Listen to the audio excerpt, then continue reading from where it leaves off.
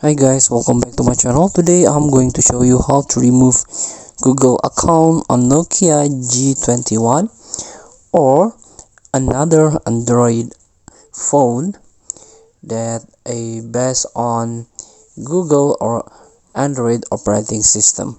So all you have to do is open your settings and scroll down, and don't tap the Google but tap the user or accounts here. You can tap it. Here you can choose a Google email that a installed or log in this phone, and after you tap your Gmail or your account, you can tap on two dots at the top of your screen and remove account here. So feel free to try to remove your account on your Android phone. Thank you for watching. Don't forget to comment, like, and subscribe. Also click the next button below. See you in the next video.